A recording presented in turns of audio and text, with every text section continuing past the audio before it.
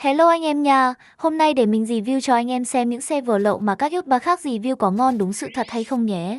Đầu tiên là cái box Zalo, nhìn như cặc, chỉ vỏn vẹn hơn 100 người, chả hiểu nó làm ăn kiểu gì. Vừa mới vào tôi mở NPC Go Hanle lên server này nó bao tiền anh em cỡ nào rồi, đụng má hút máu vừa phải thôi chứ.